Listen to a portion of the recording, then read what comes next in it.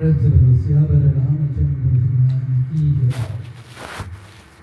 last day,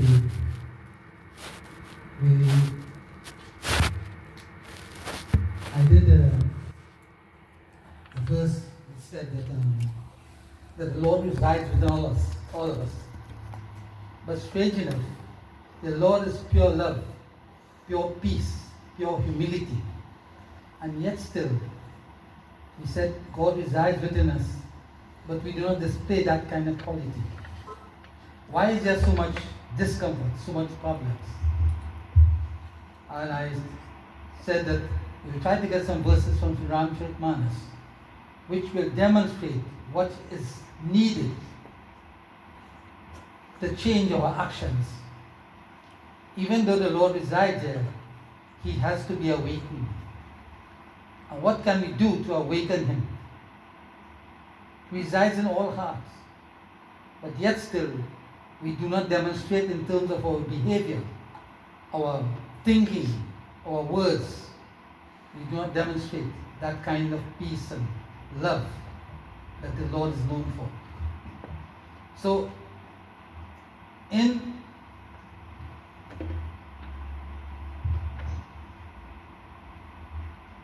Ayodhya Kanda, Sri Manas, there is a discussion between Valmeeki Muni and Sri Ram. Sri Ram was journeying into the forest with his consort Sitaman, Lakshman, and they became a bit tired.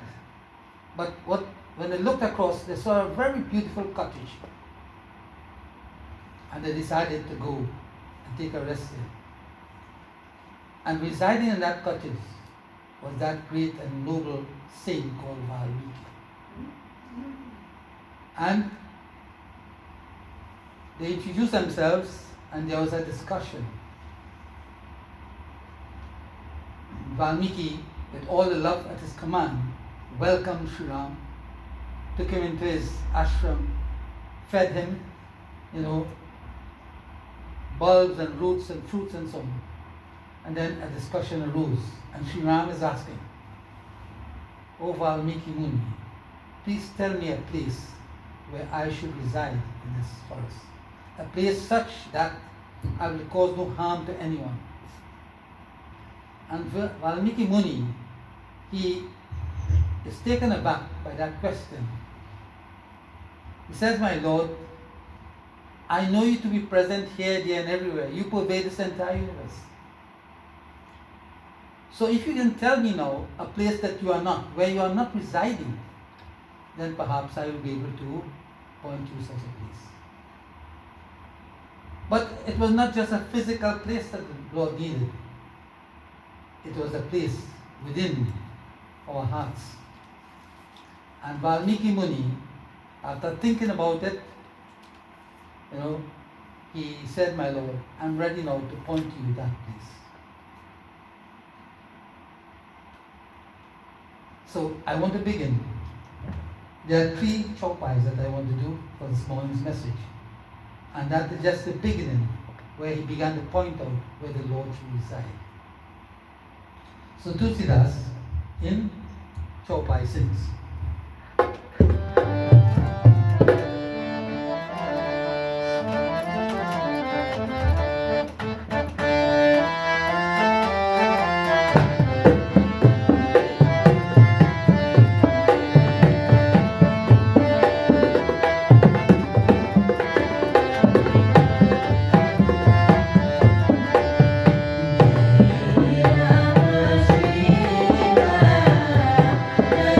Jai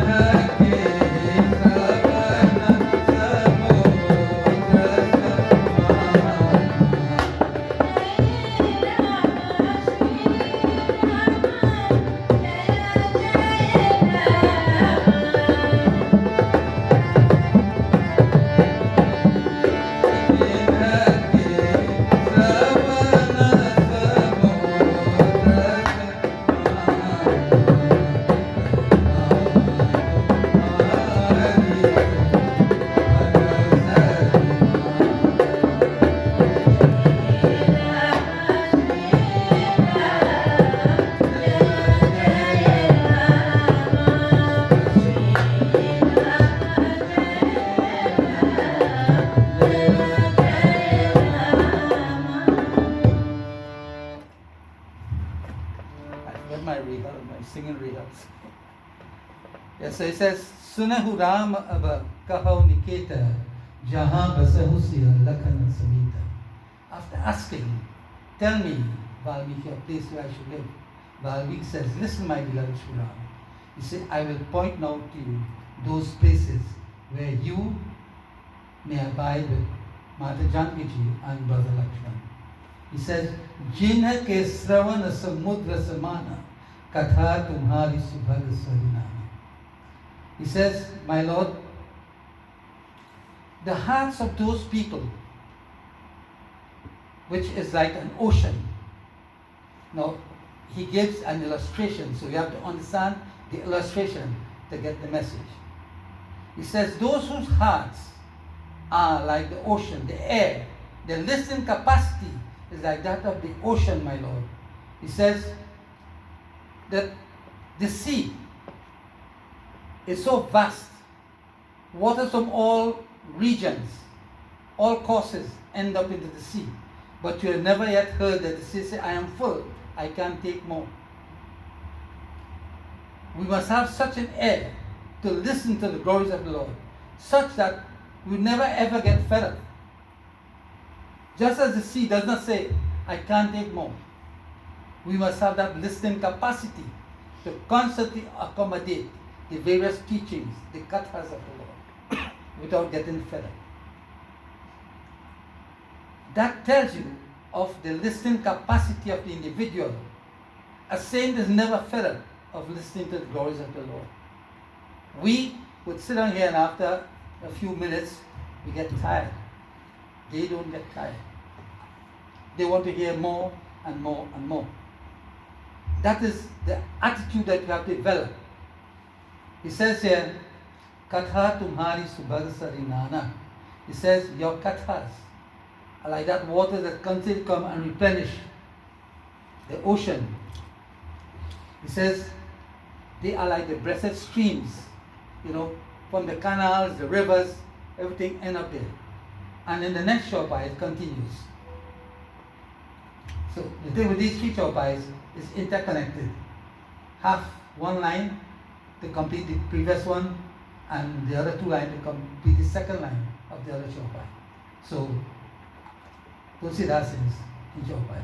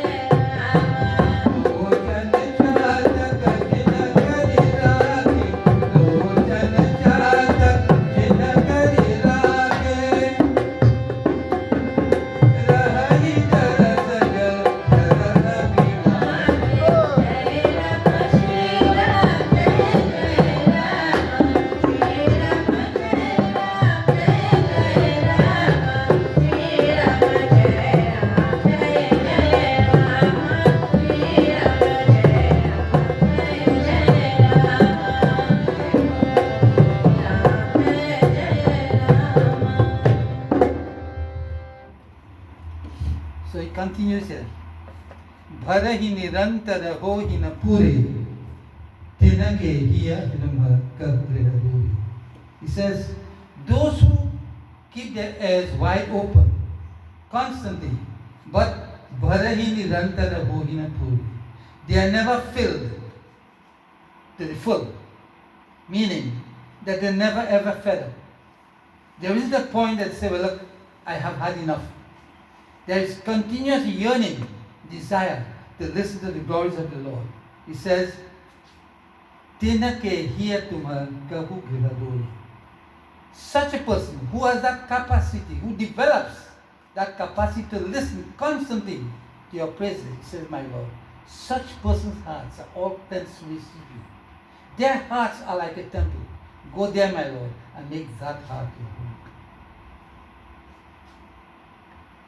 So, the question was, if the Lord resides in all hearts, how come we are not peaceful with ourselves?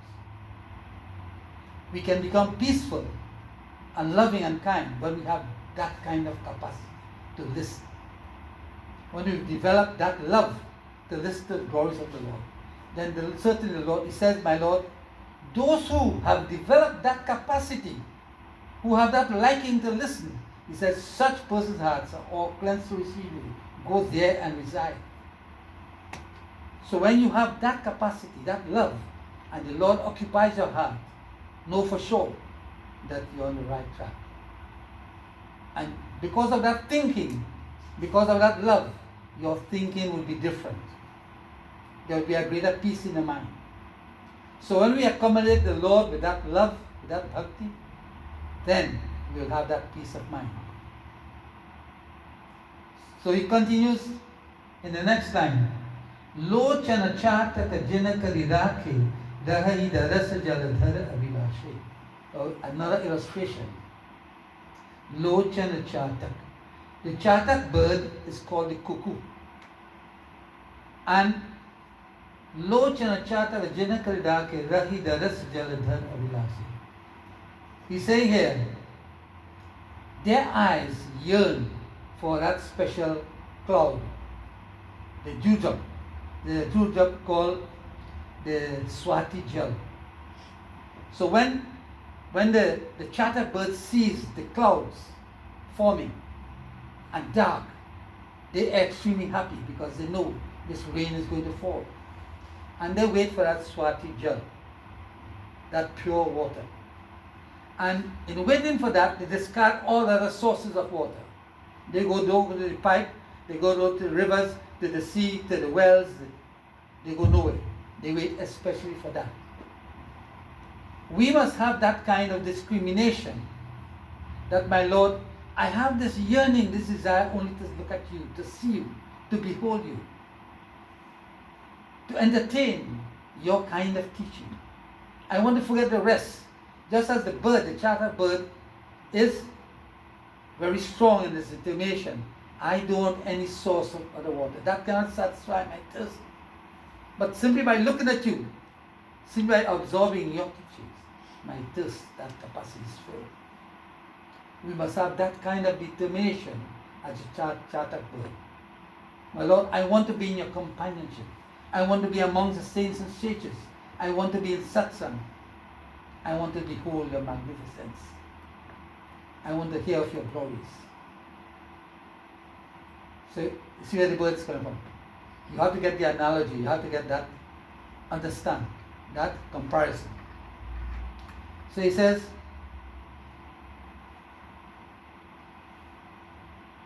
Rahi daras jaladhar abhilaki. Abhilasha is that longing. Those who have that longing, and he continues in this other chopai which I will do to complete my lesson this morning.